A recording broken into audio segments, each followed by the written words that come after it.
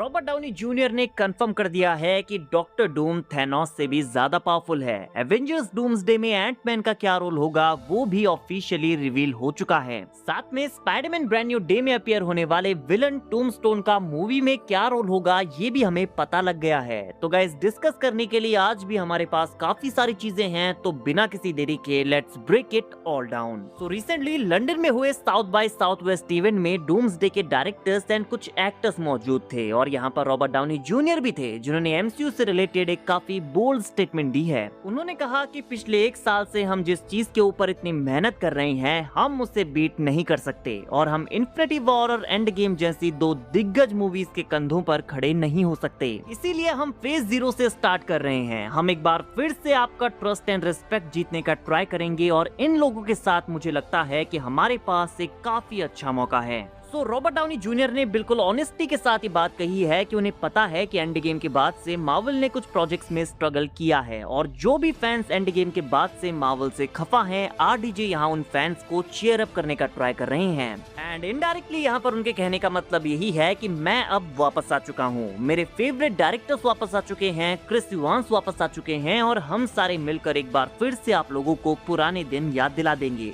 But साथ में उनका ये भी कहना है कि इन्फिनिटी वॉर और एंड गेम जैसी लेजेंडरी मूवीज को बीट कर पाना थोड़ा सा मुश्किल है। स्टिल हम लोग मिलकर ये काम करने का ट्राई करेंगे और हमारे पास काफी अच्छा मौका भी है। तो रॉबर्ट डाउनी जूनियर को पता है कि मार्वल उन्हें वापस लाया है तो अब उनके कंधों पर कितनी बड़ी रिस्पॉन्सिबिलिटी है और अब वो एज अ डॉक्टर डूम वापस आई हैं, तो अब फैंस का ट्रस्ट एंड रिस्पेक्ट जीतना उनके लिए और भी ज्यादा इम्पोर्टेंट हो जाता है। और जैसा कि आपने नोटिस किया होगा कि रॉबर्ट डाउनी जूनियर ने यहाँ पर डूम्सडे को फेज 0 कहकर बुलाया है और एक रिसेंट इंटरव्यू में मूवी के डायरेक्टर्स रूसोस ने भी डूम्सडे को फेज 0 का नाम दिया है। इट मींस डूम्सडे ऐसी मूवी है जहाँ पर हम मार्वल यूनिवर्स की एक नई शुरुआत देखेंगे और फिर एवेंजर्स सीक्रेट वॉर्स फेज 1 होगी जहां पर डूम के यूनिवर्स को अनडू करके एक नए एक्चुअल यूनिवर्स की शुरुआत की जाएगी। डूम्सडे को फेज 0 का नाम दिया गया है क्योंकि यहाँ पर डॉक्टर डूम बैटल वर्ल्ड का क्रिएशन करने वाला है। ये उसका खुद का यूनिवर्स होगा जो कि उसके अकॉर्डिंग चलेगा। यहाँ पर सारे यूनिवर्सेस के डिफरेंट पार्ट्स को कलेक्ट करके इस यूनिवर्स का क्रिएशन किया जाएगा।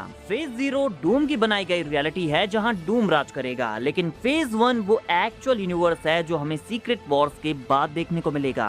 डॉक्टर डूम को डिफीट करके जब उसके यूनिवर्स को अनडू किया जाएगा तो यहाँ पर फ्रैंकलिन, रीड, बॉन्डा एंड ऐसे ही मैजिकल सुपर पावर्स वाले कैरेक्टर्स मिलकर इस यूनिवर्स का क्रिएशन करेंगे। इस न्यू यूनिवर्स में न्यू कैरेक्टर्स होंगे एंड न्यू स्टोरीज की शुरुआत होगी। एंड वी नो कि मल्टीवर्स सागा के खत्म होने के बाद म्यूटेंट सागा की शुरुआत होगी जो कि बेसिकली मार्वल का फिर से फेज 1 होगा। And no doubt Infinity War and Endgame जैसी मूवीज को बीट करना बहुत ज्यादा मुश्किल है, लेकिन मुझे पूरा बिलीव है कि एवेंजर्स डूम्सडे इस साल की ही नहीं बल्कि इस पूरे डेकेड की हाईएस्ट ग्रॉसिंग मूवी बनने का मादा रखती है। और वो इसलिए भी क्योंकि doctor Victor von Doom Thanos से भी ज्यादा बड़ा एंड पावरफुल विलन है और अब तो खुद डॉक्टर डूम यानी कि रॉबर्ट डाउनी जूनियर ने भी ये बात कंफर्म कर दी है। ये हमारे लिए कोई इतना बड़ा सरप्राइज है भी नहीं। कॉमिक फैंस इस बात को अच्छे से जानते हैं कि कॉमिक्स की सीक्रेट वॉर्स में डॉक्टर डूम ने थैनोस का क्या हाल किया था।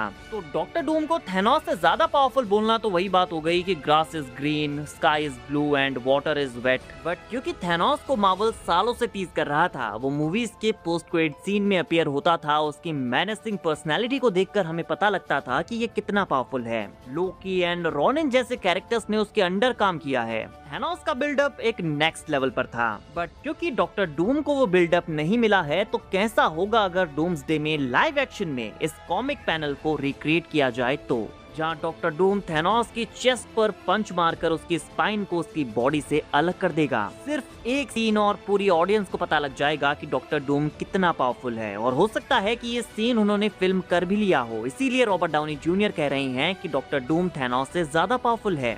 वैसे जिन लोगों ने सिनेमा कॉन वाला ट्रेलर देखा है तो उन्हें ऑलरेडी पता लग चुका है कि डॉक्टर डूम का लेवल क्या है, क्योंकि फर्स्ट ट्रेलर में डॉक्टर डूम थॉर के स्टॉर्म ब्रेकर को अपनी 2 उंगलियों से रोकता है, जबकि थैनोस इन्फिनिटी गॉन्टलेट की हेल्प से भी उसे नहीं रोक पाया था। और जब ये ट्रेलर जनरल ऑडियंस के साथ शेयर किया जाएगा तो आई थिंक यहाँ पर सारी ऑडियंस को बिलीव हो जाएगा कि डॉक्टर डूम सिर्फ थैनोस ही नहीं बल्कि एमसीयू में और सिनेमा हिस्ट्री के one of the most powerful villains में से एक है। गाइस, बात हो रही है एवेंजर्स डूम्सडे की एंड वी ऑल नो कि यहाँ पर काफी सारे न्यू कैरेक्टर्स हैं, लेकिन काफी सारे ओल्ड एवेंजर्स भी इस मूवी में रिटर्न करने वाले हैं और उन्हीं में से एक है हम सबका फेवरेट एंटमैन। और उसका मूवी में क्या रोल होगा, मार्वल स्टूडियोज के हेड केविन फाइगी ने ये क्लियर कर दिया है। उन्होंने कहा है कि डूम्सडे में एंटमैन का एक एल्डर हीरो वाला रोल होगा जो कि अदर न्यू कैरेक्टर्स के साथ डील करेगा। So basically Scott Young Avengers को मेंटोर करने वाला है एंड मुझे ये आइडिया पसंद आया क्योंकि डूम्सडे में यंग एवेंजर्स की टीम को एक मेंटोर की जरूरत तो पड़ने वाली है और क्योंकि यंग एवेंजर्स में कैसी लैंग भी है जो कि एंटमैन की डॉटर है, तो वो डेफिनेटली इस टीम को मेंटोर करेगा। मे बी हो सकता है कि वो इन सारे यंग हीरोज को क्वांटम रियल्म से इंट्रोड्यूस करेगा, उन्हें इसके बारे में बताएगा और इसीलिए यंग एवेंजर्स डूम्सडे के एंड में डॉक्टर डूम के बैटल वर्ल्ड को सर्वाइव करने के लिए क्वांटम रियल्म में एंटर करेंगे। क्योंकि हमने लीक्स में सुना है कि यंग एवेंजर्स डूम्सडे के एंड में कुछ प्लान बनाएंगे, फिर क्वांटम रियल्म में एंटर करेंगे, डॉक्टर डूम के बैटल वर्ल्ड को सर्वाइव कर लेंगे और फिर सीक्रेट वॉर्स में वापस आएंगे।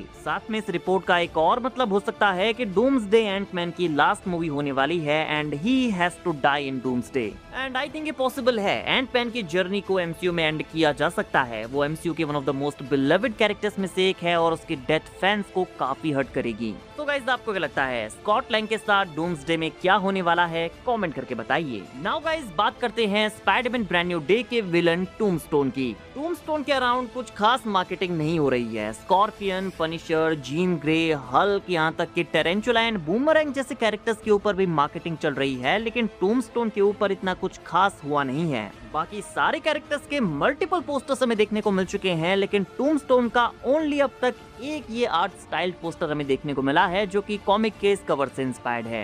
एंड नाउ मार्वल इनसाइडर्स के अकॉर्डिंग मूवी में टूम्बस्टोन का बहुत ही छोटा सा रोल है। नाउ मेरे अकॉर्डिंग टूम्बस्टोन एक ऐसा विलन है जिसे स्पाइडरमैन की इस न्यू ट्रिलॉजी में आगे के लिए कंटिन्यू रखा जाएगा। वो आगे की मूवीज में भी अपीयर होगा और ये ऑफिशियली भी कंफर्म हो चुका है कि स्पाइडरमैन ब्रांड न्यू डे के इवेंट्स के शुरू होने से पहले हमें एक मोन्टाज दिखाया जाएगा कि नो वे होम के इवेंट्स के बाद स्पाइडी ने अपनी लाइफ में क्या किया, उसने किन किन विलन्स का सामना किया। तो हो सकता है कि इसी मोन्टाज के दौरान हमें टूम्बस्टोन वर्सेस स्पाइडरमैन की फाइट भी देखने को मिलेगी, जहां पर स्पाइडरमैन टूम्बस्टोन को डिफीट कर देगा और उसे जेल में डाल देगा और अब टूम्बस्टोन अगली मूवीज में उससे बदला लेने के लिए वापस आएगा।